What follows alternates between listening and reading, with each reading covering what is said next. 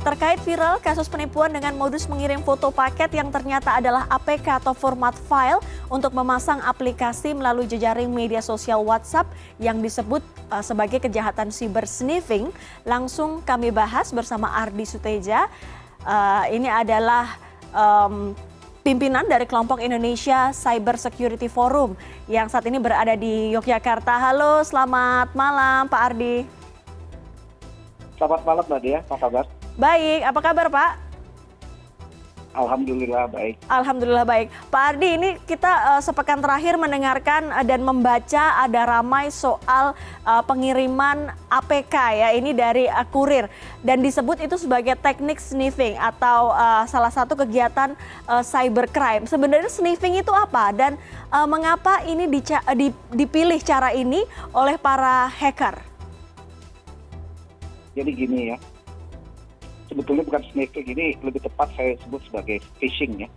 Phishing itu, jadi kita memancing orang yang lengah ya, dan mengiming ya, sehingga kita bisa menggiring mereka untuk melakukan sesuatu yang mungkin bagi mereka menarik gitu. Padahal itu tidak ada kaitan dengan mereka secara langsung.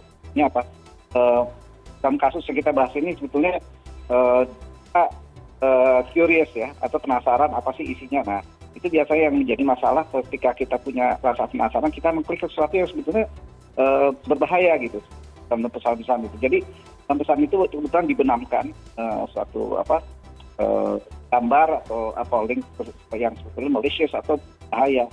Itu kebanyakan masyarakat kan tidak teliti ya, dia pikir dari suatu perusahaan kurir yang sah gitu ya, tapi dia tidak lihat nomornya, nomor di atasnya. Nah biasanya ada nomor yang resmi ya, dan kalau kita sering memberi paket gitu ya, tahu persis bahwa itu bukan dari perusahaan kurir yang bersangkutan, karena sebagian besar kalau perusahaan kurir yang resmi itu nomornya berubah. Ada beberapa nomor yang terkait dengan customer service gitu ya, itu biasanya mereka yang mengirim, dan itu biasanya pakai namanya business account kalau kita bicara WhatsApp ya. Mungkin demikian Mbak Dea.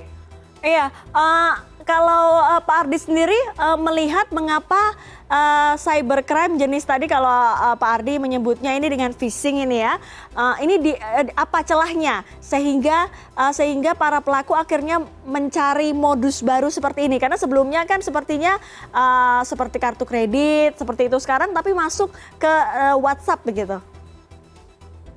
Jadi gini, ini bukan sesuatu hal yang baru.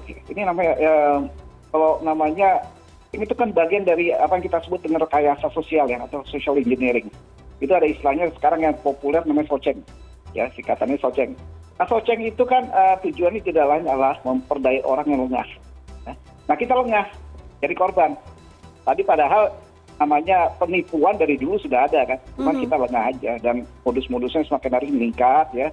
Penggunaan teknologi, ada juga rekayasa konten dari teknologi itu, dan itulah yang menjadi modus-modus yang diperbarui. Padahal kalau kita sadar yang namanya modus-modus penipuan itu kan dari dulu itu aja. Cuman sekarang ada peran teknologi, yaitu yang gunakan AP ya, aplikasi seperti yang banyak dijelaskan masyarakat secara banyak seperti WhatsApp ya, Telegram. Jadi kan WhatsApp aja, Telegram pun juga bisa terjadi ketika ada yang mengirimkan suatu file dengan attachment tertentu ya, padahal dalam file itu dibenamkan suatu aplikasi atau coding-coding tertentu yang justru mengarahkan kita untuk masuk ke suatu situs atau aplikasi lain yang berbahaya.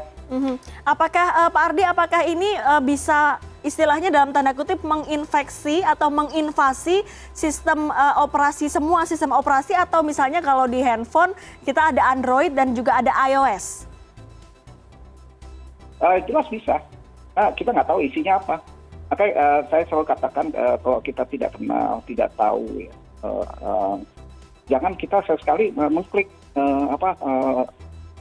ini ya, lampiran-lampiran atau attachment yang dikirimkan orang, ya apalagi orang itu tidak kenal ya. Kita kan kalau pepatah ya, kalau kita kecil dulu diajarin sama orang tua, kan sesekali kita berbicara dengan orang asing yang tidak dikenal. Nah, ini orang ini kenal nggak? Jadi ketika ada pesan begitu Kira-kira kalau misalnya nomornya asing harus dipertimbangkan lagi, jangan langsung diklik begitu ya Pak Ardi ya? Betul sekali. Kalau kita tidak kenal, ya kita curiga. Masalah kayak dikirimin ini pesan ada paket. Kita nggak kita membeli sesuatu online atau rasa nggak ada orang yang ngirim paketnya. Orang bener kirim paket kan pasti memberitahu kita ya. Saya mau kirim paket nih. Kita juga pasti tanya pakai apa. Nomor apa? Kalau kita lebih lanjut kita tanya nomor resinya yang berapa. Nah, itu aja udah bisa kita lakukan. Namun kalau kita tidak merasa memiliki melakukan pemesanan barang atau bagaimana, apalagi nomornya kebanyakan nomor penipunya kan pakai nomor prabayar ya. Jadi kalau nomor prabayar itu tidak kenal, itu lebih sebagai indikator lain ya, itu kita harus curiga. Baik, harus curiga ya, seperti apa tadi Pak Ardi sampaikan bahwa seperti orang tua kita mengajari kita kalau ada orang baru kita harus hati-hati, sama seperti pesan baru kita juga harus hati-hati kalau mencurigakan jangan pernah diklik. Terima kasih Pak Ardi Suteja, Ketua Indonesia Cyber Security Forum yang sudah bergabung bersama kami di Trending Corner malam hari ini.